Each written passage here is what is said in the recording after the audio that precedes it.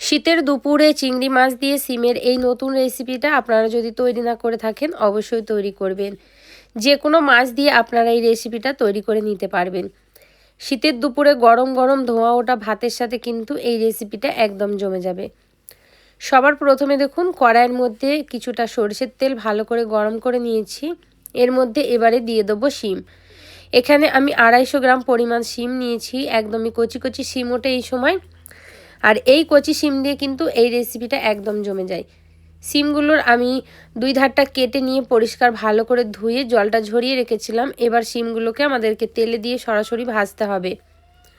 এখানে আমি দিয়ে দিচ্ছি পরিমাণ মতো নুন। নুনটা দিয়ে খুব ভালো করে নাড়াচাড়া করে শিমটাকে ভেজে ফেলবো।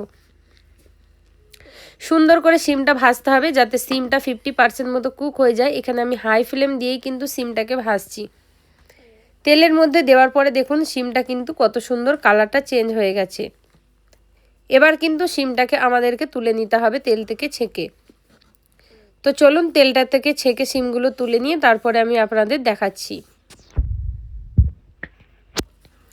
তো দেখুন এখানে পুরো শিমটা কিন্তু তোলা হয়ে গেল। এবার আমি ওই তেলের মধ্যেই দিয়ে দেবো সরাসরি কেটে রাখা লম্বা লম্বা করে আলু। এখানে আমি 2টো আলু ব্যবহার করেছি। দেখুন আলুগুলোকে দিয়ে এবারে আমি হাই ফ্লেম দিয়ে ভেজে নেবো যতক্ষণ না আলুর কালার একদমই লালচে লালচে আসছে। বন্ধুরা আজকে আমার শরীরটা একটু খারাপ, তাই ভয়েসটা একটুখানি আপনারা অ্যাডজাস্ট করে নেবেন। আর পুরো ভিডিওটা অবশ্যই বন্ধুরা দেখে যাবেন, দেখে গিয়ে আপনারা এই রেসিপিটা তৈরি করবেন। এই সময় বাজারে প্রচুর পরিমাণে শিম আসে, আর শিম দিয়ে অবশ্যই একবার এই রেসিপিটা তৈরি করবেন, দেখবেন দুপুরবেলার ভাত কিন্তু একদম জমে যাবে।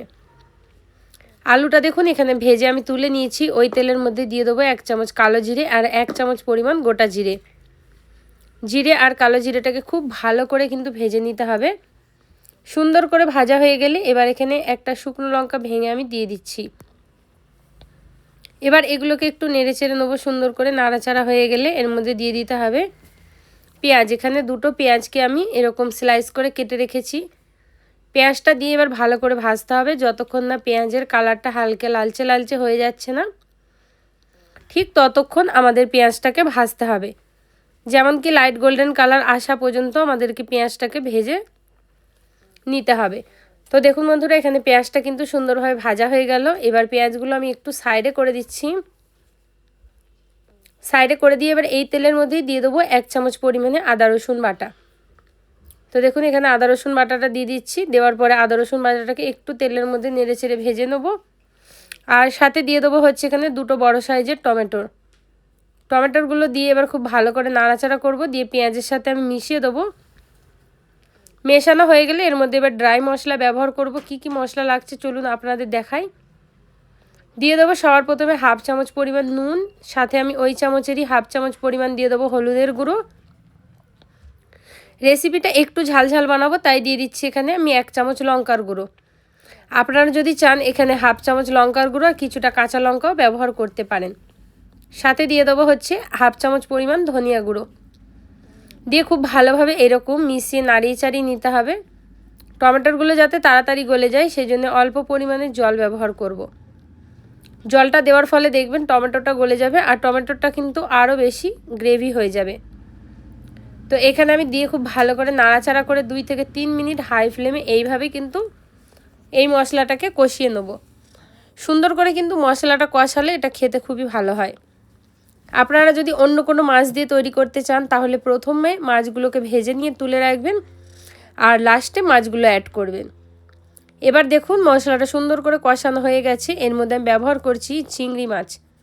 এখানে আমি 350 গ্রাম মতো বড় সাইজের চিংড়ি নিয়ে বেছে ভালো করে ধুয়ে পরিষ্কার করে রেখেছিলাম। এই মশলার মধ্যে সরাসরি এবার চিংড়ি মাছটা দিয়ে কষিয়ে নেব। চিংড়ি মাছটা কিন্তু আজকে আমি ভেজে রান্না করব না, এইভাবে রান্না করে দেখবেন প্রচুর ফ্লেভারফুল আর খেতে কিন্তু খুবই অসাধারণ হয়।